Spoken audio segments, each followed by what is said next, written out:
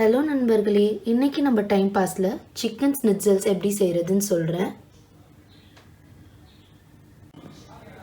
இந்த டிஷ் ரொம்ப easy and சிம்பிளான ஒரு டிஷ் தான். இதுக்கு மொத்தமாகவே 6 இன்க்ரீடியன்ட்ஸ் தான் தேவை.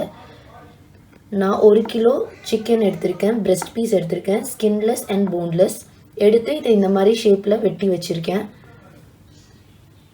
1.5 கப் பிரெட் க்ரம்ஸ், 3 முட்டை இந்த மாதிரி உடைச்சி கலக்கி வச்சுருக்கேன்.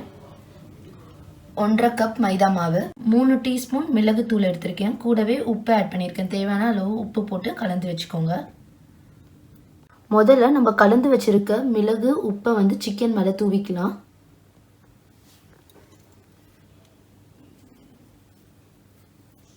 நல்லா ஸ்ப்ரெட் பண்ணி வச்சுக்கலாம் சிக்கன் மேலே.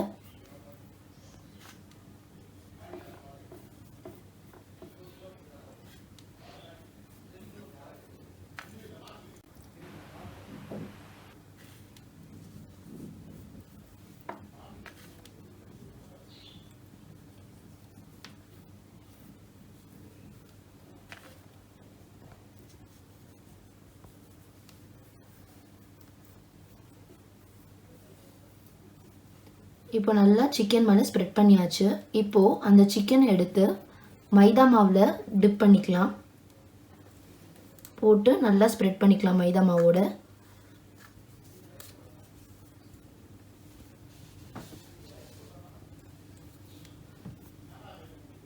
நெக்ஸ்ட்டு அதை முட்டை உடச்சி வச்சுருக்கோம் இல்லையா, அதில் இதை போட்டு நல்லா டிப் பண்ணி வச்சுக்கலாம்.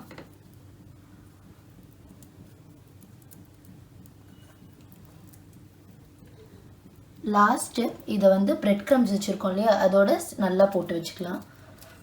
நல்லா பிரெட் க்ரம்ஸ் ஃபுல்லாக ஸ்ப்ரெட் ஆகணும். அப்போ தான் நல்லா கிறிஸ்பினஸ் வரும் நமக்கு.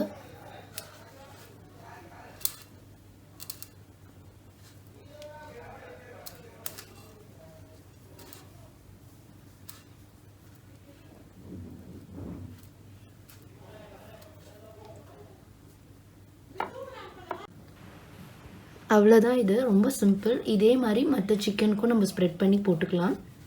ஆக்சுவலாக இது வந்து ஒரு ஜெர்மன் ஃபுட், ரொம்ப நல்லா இருக்கும் டேஸ்ட்டு.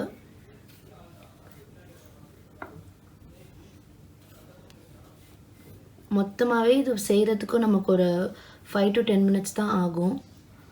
இதை ட்ரை பண்ணுங்கள் எல்லோரும்.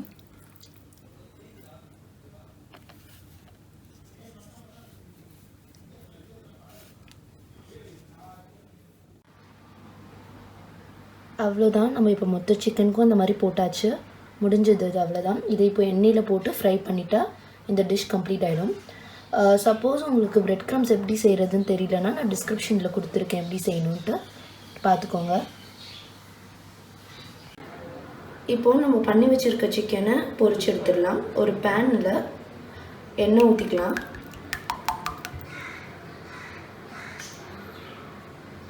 நார்மல் ரிஃபைண்ட் ஆயிலே யூஸ் பண்ணுங்கள்.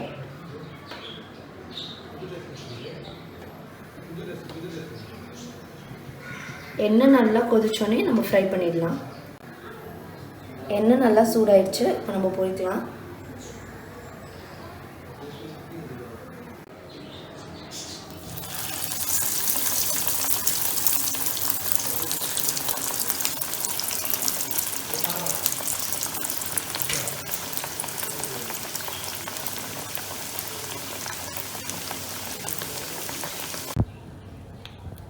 நல்லா ஃப்ரை ஆயிடுச்சு, இப்போ இதை எடுத்துடலாம். இதே மாதிரி மற்ற சிக்கனையும் பொரிச்சு எடுத்துடலாம். டடா, நம்ம சிக்கன் ஸ்னிட்சல்ஸ் ரெடி ஆயிடுச்சு.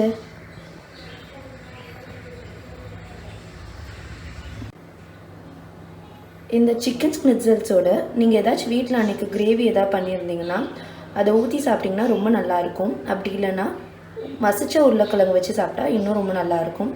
இதை கண்டிப்பாக ட்ரை பண்ணுங்கள். இந்த வீடியோ உங்களுக்கு பிடிச்சிருந்தா டைம் பாஸ்க்கு சப்ஸ்கிரைப் பண்ணுங்கள்.